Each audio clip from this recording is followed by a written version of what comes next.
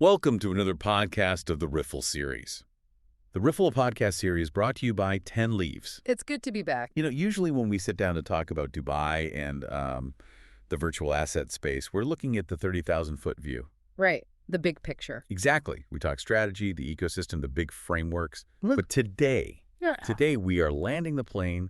We're getting into the plumbing. The plumbing is where the actual business happens. I mean, you can have the best crypto strategy in the world, but if you can't navigate the application portal, you don't have a business. That's it. We're looking at the new digital front door for VARA.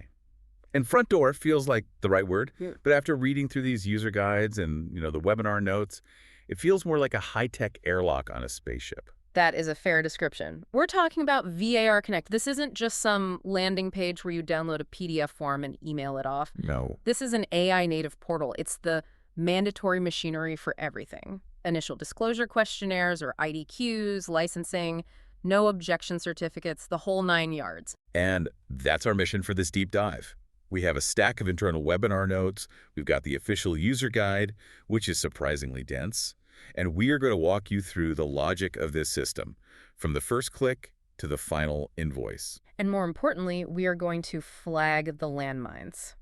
Because looking at this, there are quite a few places where a logical guess will actually get your application stuck. Oh, I saw that in the notes, the create entity trap. The create entity trap is a big one. Yeah, we will definitely get to that. All right, let's start at the beginning. Phase 1, the gateway. How do we actually get to this place? Well, in most cases, you aren't just going to stumble upon it in a Google search. Access is typically provided through your relevant free zone. I see. They'll share the link with you. But for the record, the address is just connect.vivara.ae. Okay, so I have the link. I go to the site. I'm ready to start my empire.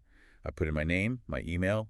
I create a password that I assume needs a capital letter, a number, a symbol, and probably a hieroglyph. Standard complexity requirements, yes.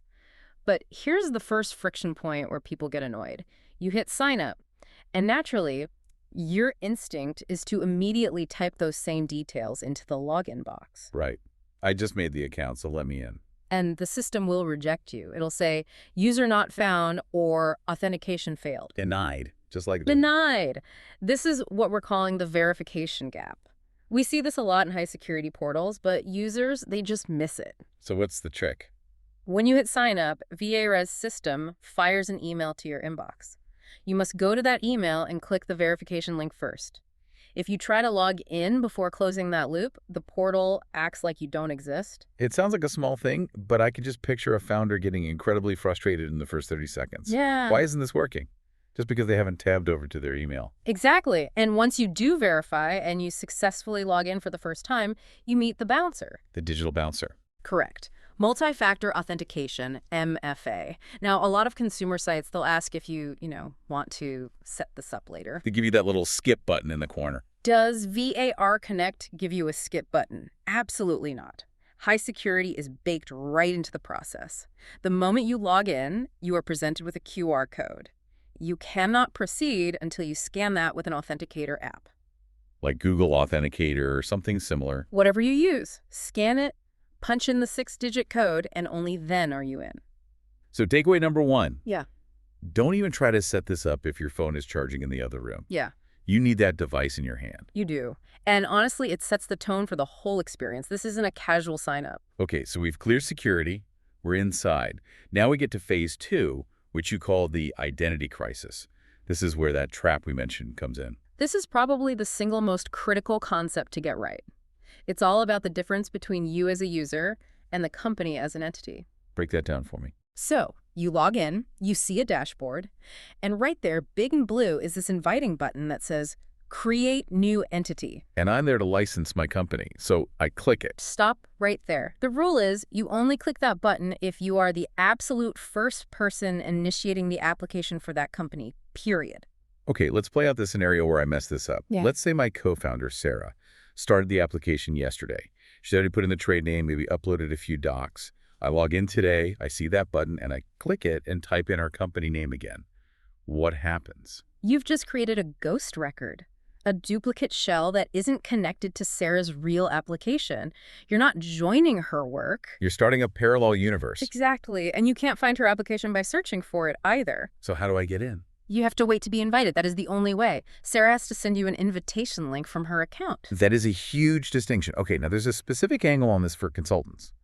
We have a lot of legal and corporate service providers listening. They're often the ones doing the typing for the client.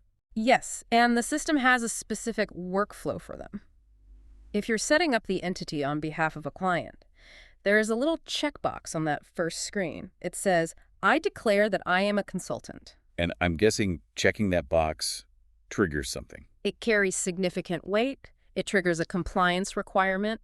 If you check that box, the system demands proof. You have to upload a letter of authorization. Like a formal legal document. Yes, a signed document from the company proving you are legally allowed to act on their behalf. You can't just claim it. So if I'm a lawyer, I can't just say, trust me, I represent these guys. Nope, the system will not let you proceed. This is all about establishing a clear chain of custody for the data. VARA needs to know why you have that authority. That makes sense. It protects the company, too. Precisely. So you do that, you put in the legal name, the trade name, a contact number, and then you're ready for the main event. Phase 3, the actual work. The application or the IDQ, Initial Disclosure Questionnaire. This is where that AI native or smart description really comes into play. Think about the old way of doing this. You'd get a 50-page PDF. The choose-your-own-adventure nightmare. Right. If yes, go to page 45. If no, skip to section C. VARA Connect is dynamic. The very first thing you do is activity selection.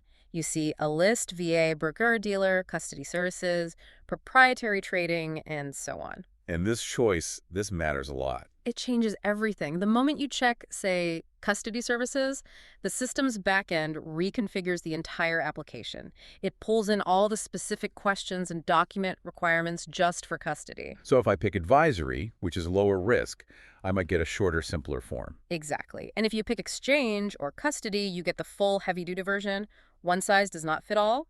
The form literally morphs in real time. Which implies you really need to know what you are before you start clicking. You can't just browse the application to see what it looks like. No, because the application technically doesn't exist until you define the business. That's a key insight. Your business strategy has to be defined offline before you even touch the portal. Absolutely. You don't want to accidentally trigger the custody pathway if you're just a marketing firm.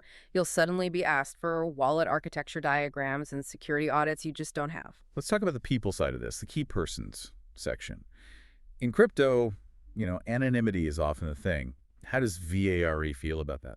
VARA is not a fan of anonymity. The system requires full disclosure, and it's not just the CEO. The notes are very specific. You need to disclose all owners holding more than 10%. 10%? That's a pretty tight threshold. It is. In other jurisdictions, you might see 25% as the cutoff for UBO's ultimate beneficial owners. Here, it's 10, plus the entire senior management team. And looking at the guide, once you enter these people, they don't just sit in the list, do they? No, a new tab actually appears on the side menu called Fit and Proper, FNP. The system tracks these individuals as distinct risk entities. It's building a map of the human risk. Speaking of risk, I noticed a couple of click here to agree that you aren't safe yet buttons. That's a good way to put it. There's a mandatory disclaimer. I understand that completion of this questionnaire does not in any way designate an approval. In other words, don't pop the champagne just because you hit submit. Correct. And there's another one about marketing. You have to agree to abide by all marketing regulations immediately, even at this early stage. No running ads claiming you're VAR approved just because you filed the form. Good catch. Okay, so this form is massive, it's dynamic. This is rarely a one-person job, which brings us to phase 4, team management. How do you get the team involved? You go to the Users tab. But you have to understand the hierarchy here. There is the creator and there is the viewer. And the creator is the super admin. Yes. Only the person who originally created the entity application can edit data, submit the application, or respond to official requests. Wait, hold on. So if I'm the CEO and I create the account, but I want my lawyer to go in and fix the wording on the business plan. If you invite the lawyer as a viewer, they can't touch it. They can see everything, but they cannot change a single comma. That seems incredibly restrictive. It's designed for data integrity. They don't want 5 people changing the business model at the same time. I guess that's fair. But it does mean the creator is the designated driver. Everyone else is just a passenger. Yes. And getting those passengers in the car has its own little hurdle.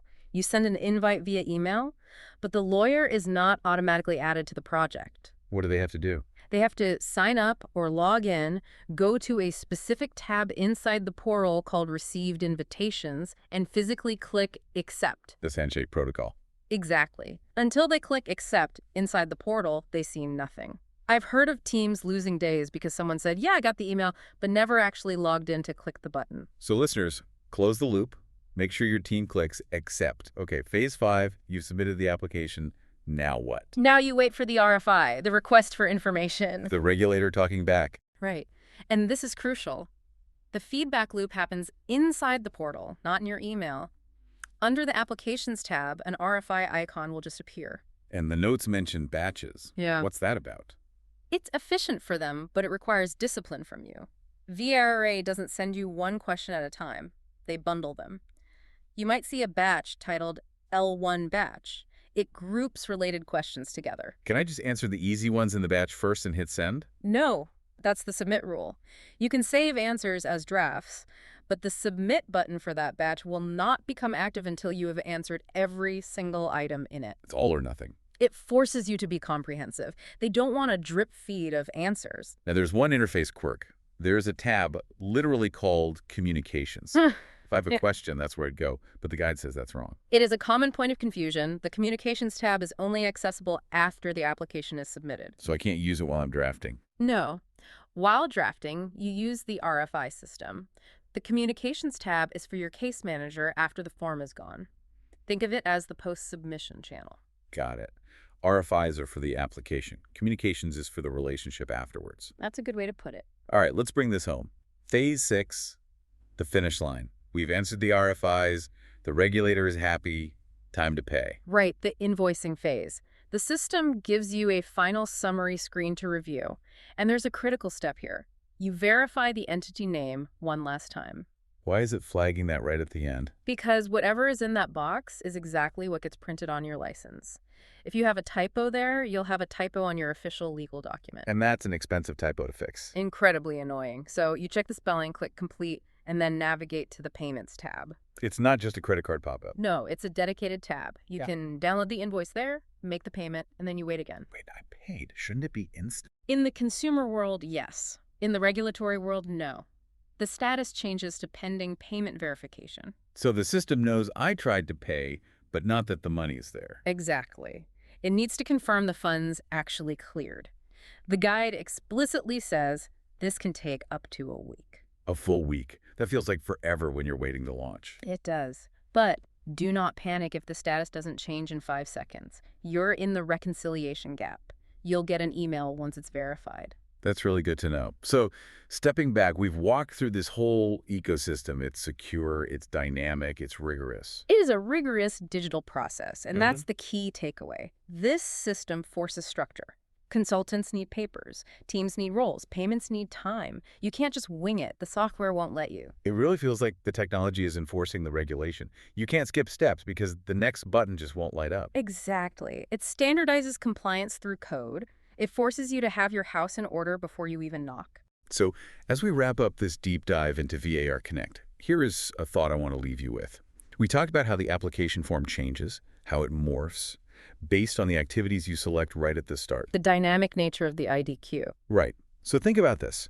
In a system where the application form dynamically changes based on what you say you want to do, how does that change your strategy before you even log in? Because the definition of your business now dictates the complexity of your regulation in real time. If you aren't sure if you're a broker-dealer or just an advisor, you aren't just confused about a title. You are triggering a completely different algorithmic pathway in the eyes of the regulator. That is the crucial question. Define the business offline before you ever touch the online portal. Because once you click, that path is set. Something to think about before you open that new tab. That's it for this deep dive. Thanks for listening to the Riffle series.